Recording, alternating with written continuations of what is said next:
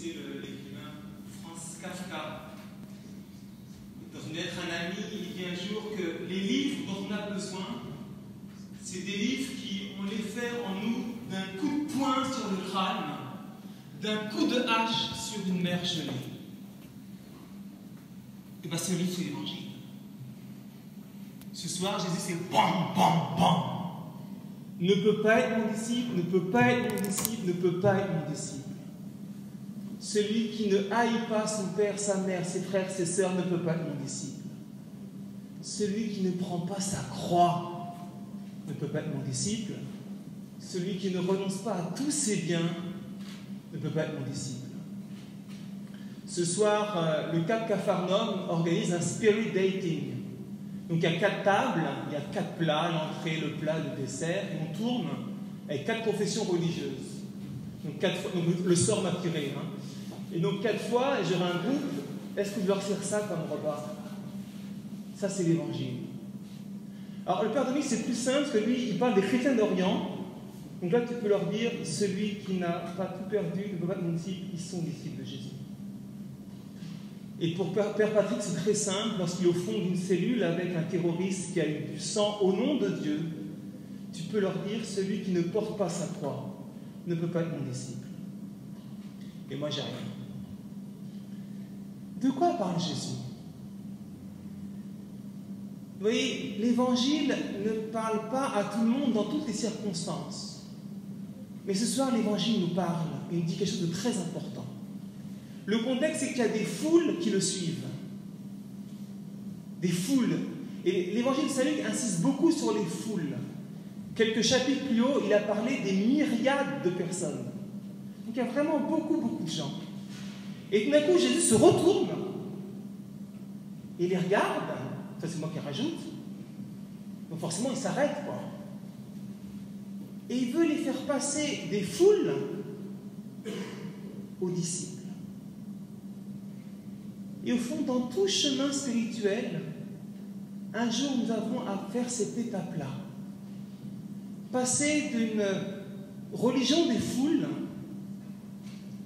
toujours un peu fanatisée, toujours un petit peu chauffée, à une spiritualité du disciple de Jésus qui prend le chemin de Jésus, le chemin que lui-même Jésus a pris et sur lequel il nous invite à marcher. Et ce soir, c'est vrai, Jésus énonce 3 conditions, comme un peu 3 dépouillements, 3 vêtements en fait qui sont trop lourds et qu'il nous faut enlever pour devenir disciples du Christ. Le premier vêtement, c'est, vous savez, le lourd vêtement des traditions ou du mode de vie familial. Alors la famille, c'est magnifique, nos familles sont magnifiques. Une famille, c'est le lieu où nous avons structuré notre être relationnel. Et donc de la manière dont nous allons aussi structurer nos nouvelles amitiés ou nos nouvelles relations. Au fond, nous allons construire l'Église. Mais vous savez, il y a des familles où on ne se regarde jamais. Il y a des familles où on ne s'embrasse jamais. Il y a des familles, à l'inverse, où il faut toujours être là, tous ensemble. Il y a des familles où il y a des secrets à porter ou à tenir, des réputations à assumer, des échecs à tirer. Et ça, parfois, c'est trop lourd. Et surtout, si nous construisons les relations fraternelles de l'Église avec ça, ça ne sera pas l'Église de Jésus. Alors Jésus, ce soir, il nous propose d'enlever ce vêtement-là et de mettre au centre de notre être relationnel lui-même. L'amour pur et désintéressé de Jésus. L'amour qui construit et l'amour qui guérit. Le deuxième vêtement, c'est celui qu'on aime bien porter, c'est le vêtement à la mode. On a tous un vêtement à la mode. Hein. Celui qui attire, surtout moi, oui. Celui qui attire le regard des autres. Celui qu'on aime bien mettre en soirée. le prêt-à-porter, prêt-à-penser.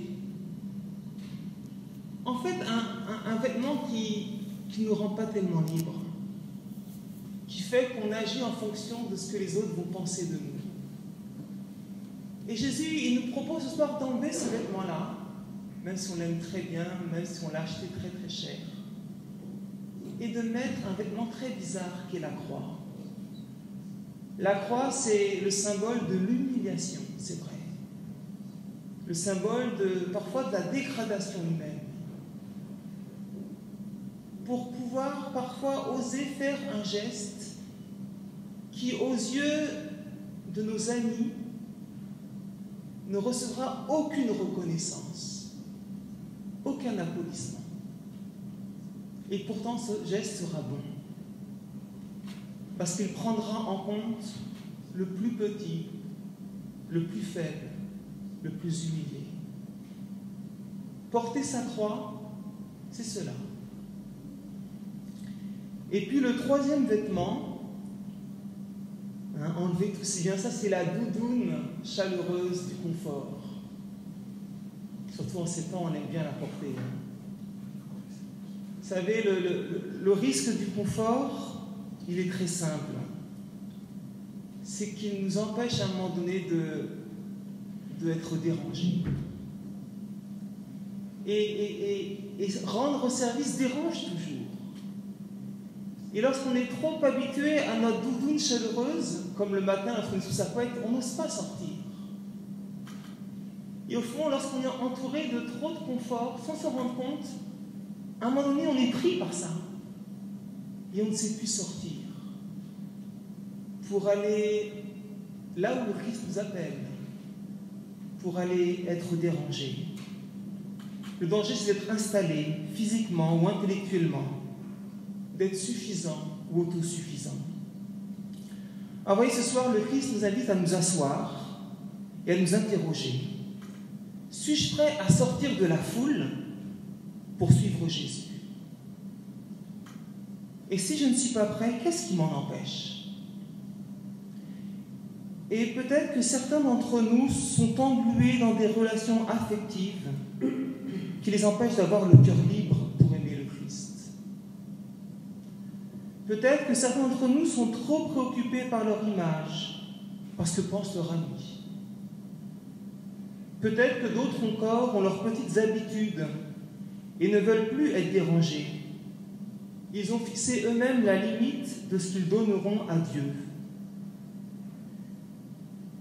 Et c'est dans ce contexte qu'il faut lire les deux mini-paraboles, celle de la tour que l'on veut construire et celle du roi parti en guerre. En réalité, ce sont deux situations très étranges et tellement différentes de l'Évangile. Un disciple du Christ n'est pas quelqu'un qui construit une tour pour montrer qu'il est quelqu'un. Un disciple du Christ n'est pas non plus semblable à un roi qui partirait en guerre pour augmenter sa zone d'influence. En fait, la pointe de ces deux histoires, c'est qu'à chaque fois, les personnes prennent une décision parce qu'elles ont peur d'échouer. Est-ce qu'il en est de même pour nous? Nous qui constatons en fait que nous ne sommes pas capables de devenir disciples du Christ, allons-nous baisser les bras? Et bien justement, ces histoires de tours et de guerre, ce n'est pas du tout l'Évangile. C'est peut-être pour souligner que la logique de la suite de Jésus n'est pas du tout une entreprise humaine, où le critère du non-échec est le critère de décision. D'une certaine manière, en voulant suivre le Christ, nous sommes voués à l'échec. Et c'est peut-être tant mieux. C'est peut-être pour ça qu'un jour, on n'a plus peur de sortir de la foule. Car au fond, la vraie motivation, c'est ce que dit saint Paul.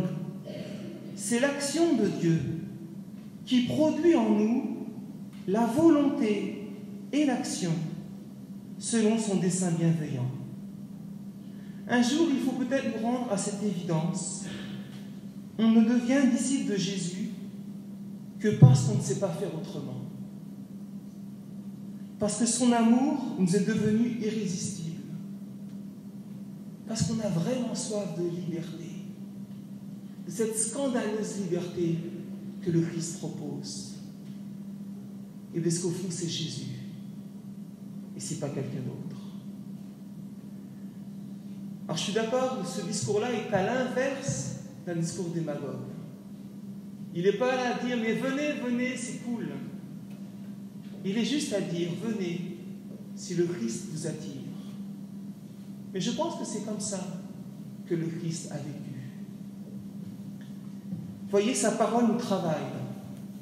Vous comme moi, hein, chacun de nous. Elle nous laboure même, elle va profond. Le préférer à toute autre relation. Porter sa croix.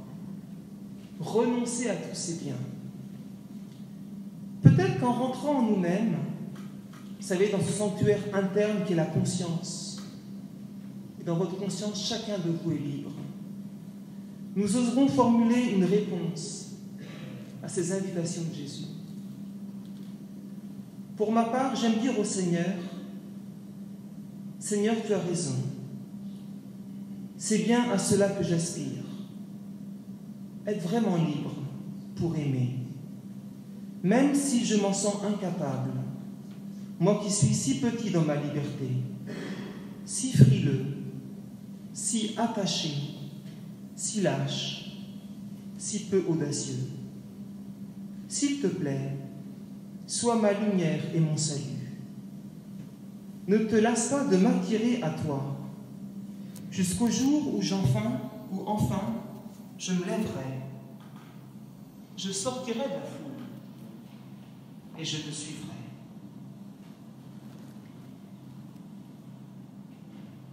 Pour le spirit baking de ce soir, en fait, j'ai tourné la page de l'Évangile et c'est Luc 15. Vous savez, c'est les 3 paraboles de la miséricorde. Jésus est attablé, il y a plein de gens, il raconte la brebis perdue, le fils prodigue, les drames. Et je pense que ça sera ça que je vais pouvoir servir ce soir. C'est au cœur de l'Évangile de ceux qui pour la première fois s'approchent du Christ. Mais ce soir, Jésus a voulu nous servir un autre plat. Que chacun le prenne et le médite. Et peut-être que nous oserons lui dire, oui Seigneur, je veux être ton disciple.